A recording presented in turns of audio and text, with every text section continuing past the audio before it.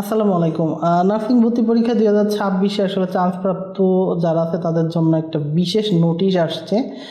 এই নোটিশটা নিয়ে এই ভিডিওতে কথা বলবো। এছাড়া আ আ আমরা কিন্তু এটা একদম একটু শর্টে ভিতরে কি লেখা আছে সেটাই আসলে একটু শর্ট করে দিয়ে দিয়েছি গুরুত্বপূর্ণ জিনিসগুলা। সো আমরা আসলে নোটিশ দিয়েই এটা দেখব। এছাড়া মাইগ্রেশনের ব্যাপারে অনেকে জিজ্ঞাসা করতেছেন যে মাইগ্রেশনটা কিভাবে করবেন, তো সেই মাইগ্রেশনের ব্যাপারেও কথা বলবো। সো আশা করি সম্পূর্ণ ভিডিওটা দেখবেন এবং একটু বড় হতে পারে, তো বড় হলেও আশা করি সম্পূর্ণটা একটু ভালোভাবে মনোযোগ সহকারে দেখার চেষ্টা করবেন। সো ভিডিও শুরু করার আগে বলি, যারা আমাদের চ্যানেলে নতুন আছেন অবশ্যই চ্যানেলটা সাবস্ক্রাইব করে ফেলবেন। এছাড়া আমাদের হোয়াটসঅ্যাপ গ্রুপে জয়েন না থাকলে হোয়াটসঅ্যাপ গ্রুপে জয়েন হতে পারেন। আমরা খুব তাড়াতাড়ি কিন্তু সেকেন্ড টাইম এবং থার্ড টাইমের জন্য প্রস্তুতি শুরু করতেছি। তো আমরা আমাদের এই আজকে যে নোটিশটা দেওয়া হয়েছে নার্সিং এবং মিডওয়াইফারি কাউন্সিল থেকে, এখানে দেখেন ভর্তির মোটামুটি একটা নিয়মাবলী দিয়ে দিয়েছে। এখানে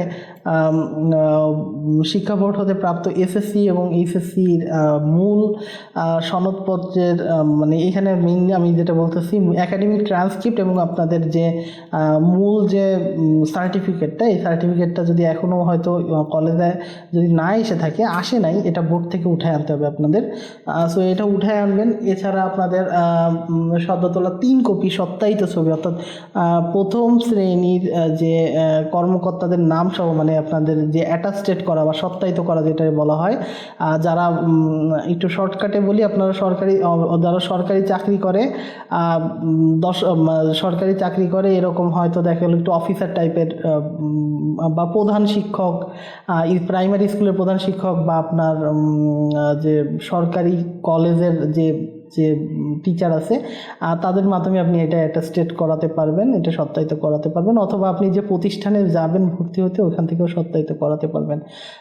সো এখানে আজ বর্ণিত কোর্সে ডাউনলোডকৃত রঙিন ছবি সম্বলিত প্রবেশপত্র, আপনি যে প্রবেশপত্রটা ডাউনলোড করেছিলেন সেখান থেকে, এবং আপনি যে আপনার যে রেজাল্টটা প্রকাশিত হয়েছে এই যে সেই রেজাল্টটার একটা কালার প্রিন্ট, এই দুইটারই কিন্তু কালার প্রিন্ট লাগবে। এছাড়া পরীক্ষায় উত্তীর্ণ ভর্তিকৃত প্রতিষ্ঠান হতে সংশ্লিষ্ট শিক্ষা বোর্ড বিশ্ববিদ্যালয় থেকে সঠিকতা যাচাই ভেরিফিকেশন করা হবে। যাচাইয়ের সঠিক তথ্য না পাওয়া গেলে এটা ভর্তি বাতিল হবে। অর্থাৎ আপনি যে ইনফরমেশনগুলো দিয়েছিলেন অ্যাপ্লাইয়ের সময় সেগুলো আসলে যাচাই করা হবে, ওটা ভুল হলে কিন্তু আসলে বাতিল হবে। এছাড়া আপনাদের যারা যদি কোটা দিয়ে থাকেন, যে ক্ষুদ্র নৃগোষ্ঠীর এগুলো কোটায় চান্স পাইছেন, বাট ওইটাও যদি প্রমাণ হয় যে আপনার কোটাটা নাই, তাহলেও আসলে ফলাফল বাতিল হবে। আচ্ছা, এখানে সরকারি নার্সিং ভর্তি পরীক্ষা ভর্তি মানে শিক্ষার্থীদের ভর্তি শুরু হচ্ছে 5ই মার্চ থেকে, অর্থাৎ আজকে 3 তারিখ, 4-5 পরশুদিন থেকে, এবং পরশুদিনই আসলে ভর্তি শুরু এবং ভর্তি শেষ হচ্ছে 15 মার্চ পর্যন্ত, মানে 15 মার্চ ভর্তিটা শেষ হয়ে যাবে। সরকারি প্রতিষ্ঠানে প্রথম মাইগ্রেশন আবেদন শুরু হবে। আমি যে মাইগ্রেশনের কথা আসলে অনেকেই জিজ্ঞাসা করতেছিলেন, এটাও শুরু হবে এই যে 5ই মার্চ থেকে, এবং এটাও আসলে সরকারি প্রতিষ্ঠানে যে প্রথম মাইগ্রেশনের আবেদনটা, এটা শেষ হবে হচ্ছে 15ই মার্চ। অর্থাৎ অনেকের আসলে মাইগ্রেশনের ব্যাপারে যে জিজ্ঞাসা করতেছিলেন, সেই মাইগ্রেশনের ব্যাপারটা কিন্তু আমি এই ব্যাপারে বিস্তারিত আরেকটু পরে বলতেছি। সহসা নার্সিং বেসরকারি কলেজ ইনস্টিটিউট কর্তৃক দরখাস্ত আহ্বান, অর্থাৎ যারা বেসরকারিতে পড়বেন তারা আসলে 16ই মার্চ থেকে দরখাস্ত আহ্বান করতে পারবেন। আসলে যারা ভর্তি হয় তার আগেই যে ভর্তি হয়ে ফর্ম ফিল আপ করে আসে।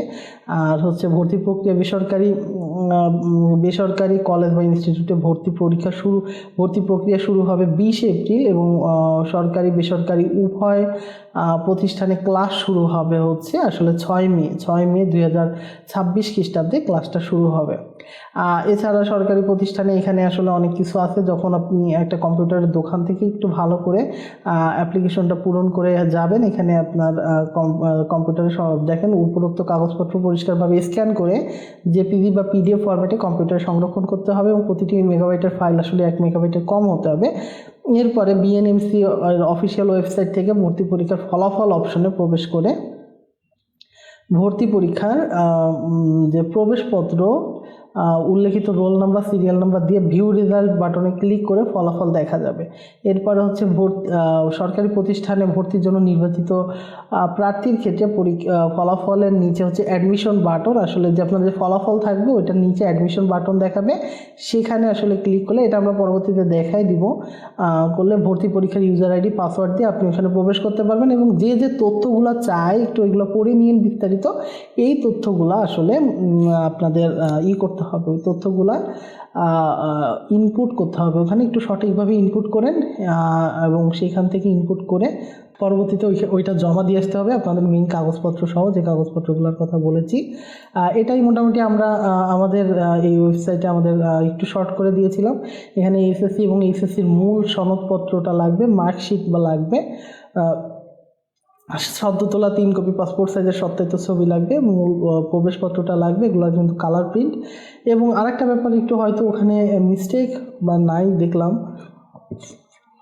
সেটা হচ্ছে নাগরিকত্ব সনদপত্র, অর্থাৎ আপনার ইউনিয়ন পরিষদ অথবা যদি পৌরসভায় হয়ে থাকেন বা ইউনিয়ন পরিষদে হয়ে থাকেন সেখান থেকে চেয়ারম্যানের থেকে একটা সার্টিফিকেট আনবেন, এটাকে বলা হয় হচ্ছে নাগরিক সনদপত্র।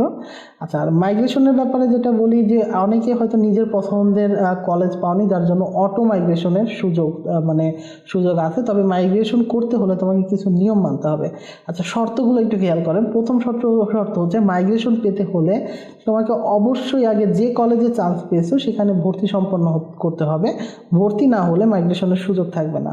শর্ত 2 হচ্ছে মাইগ্রেশন সবসময় উপরের পছন্দের দিকে যায়, অর্থাৎ তুমি যদি 5 নম্বর চয়েস পাও, অর্থাৎ আপনি যদি 5টা কলেজ চয়েস দিয়েছিলেন এবং 5 নম্বর কলেজ যদি চয়েস পান, তাহলে অটো মাইগ্রেশন দিলে হবে কি ওই 1 থেকে 4-এর মধ্যে যে কোনো কলেজ আপনাকে চুজ করতে হবে, যে কোনো একটা কলেজে আপনি চলে যেতে পারবেন। অটো মাইগ্রেশন তুমি যদি মাইগ্রেশন করতে না চাও, তবে ভর্তির সময় বা অনলাইনে মাইগ্রেশন স্টপ অপশন সিলেক্ট করতে হবে, ঠিক আছে? তো এটা কিন্তু খুবই গুরুত্বপূর্ণ একটা ব্যাপার। তো মাইগ্রেশনের ব্যাপারটা, যে তুমি যদি এটা মাইগ্রেশন করতে না চাও, তবে ভর্তির সময় বা অনলাইনে মাইগ্রেশন স্টপ করতে হবে, অন্যথায় হচ্ছে অটোমেটিক কলেজটা পরিবর্তন হতে পারে, তো তখন একটা সমস্যা।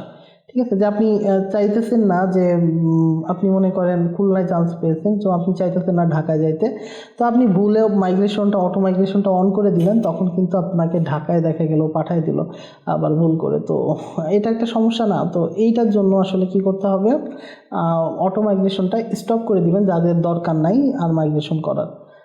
আচ্ছা, এখানে আরেকটা ব্যাপার আছে, মেডিকেল চেক আপটা ভর্তির পর প্রতিটি নার্সিং কর্তৃপক্ষ, কলেজ কর্তৃপক্ষ শিক্ষার্থীদের একটা মেডিকেল চেক আপ করবে এবং এটা শারীরিকভাবে অযোগ্য ঘোষিত হয়, তবে কাগজপত্রে ভুল থাকে, তবে কাউন্সিল কিন্তু ভর্তি বাতিল করার অধিকার রাখে। এই কথাটাই কিন্তু খুবই গুরুত্বপূর্ণ, তাই সব তথ্য নির্ভুলভাবে প্রদান করতে হবে। তোমাদের মেডিকেল টেস্ট করবে একটা, যে অনেকগুলো টেস্ট দিবে সরকারি হাসপাতাল থেকেই, আসলে ওইগুলো করে ওইখানে জমা দিতে হবে, ঠিক আছে?